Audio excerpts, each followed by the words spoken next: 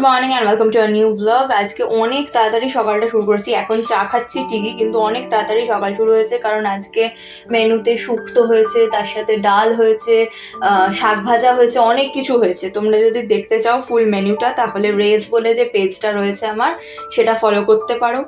আর জন্মদিনের পরের দিন মানেই হচ্ছে লেফট ওভার্স দিয়ে থালা সাজানো, সেটাই আজকে দুপুরবেলা করেছি। পোলাও রয়েছে, তার সাথে পটলের দোরমা রয়েছে, এদিকে মাটন রয়েছে। মাটন কষা আর পোলাওয়ের কম্বিনেশনটা জাস্ট অসাধারণ লাগে, মানে খেয়ে খেয়ে যেন প্রাণটা ভরে না, মনে হয় যে আরো খাই আরো খাই, এরকম একটা ফিলিংস। আর পোস্তর বড়াটাও ছিল। পোস্তর বড়া যেহেতু কালকে খেতে পারিনি, 4টে করে করেছে মা, তো পুরো মাথা পিছু। তো 4টে করে পোস্তর বড়া খেলে আর বাকি আইটেমগুলো কখন খাবো, সেই জন্য খাওয়া হয়নি। বাট তারপরে আজকে ওটা প্রাণ ভরে খেয়েছি।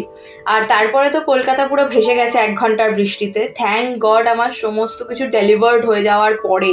এটা যদি দুপুরবেলা না হয় রাত্রিবেলার অর্ডার হতো, তাহলে আমি সত্যি জানি না আমি কি করতাম, কিন্তু ভাগ্যিস দুপুরবেলা, তাই জন্য সব কিছু অর্ডার ডেলিভার্ড হয়ে যাওয়ার পরে আমি একটু বসে শান্তি করে আর কি বৃষ্টিটা দেখছিলাম আর ভাবছিলাম ভগবান কি অবস্থা। মানে আমার না হয় আরাম লাগছে, মজা লাগছে, কিন্তু সবার তো আর মজা না, কারুর কারুর সাজাও বটে। যাই হোক, ডিনার করার পরে তারপরে এসছি ছাদে, আর ভীষণ হাওয়া দিচ্ছে, তাই আরাম লাগছে।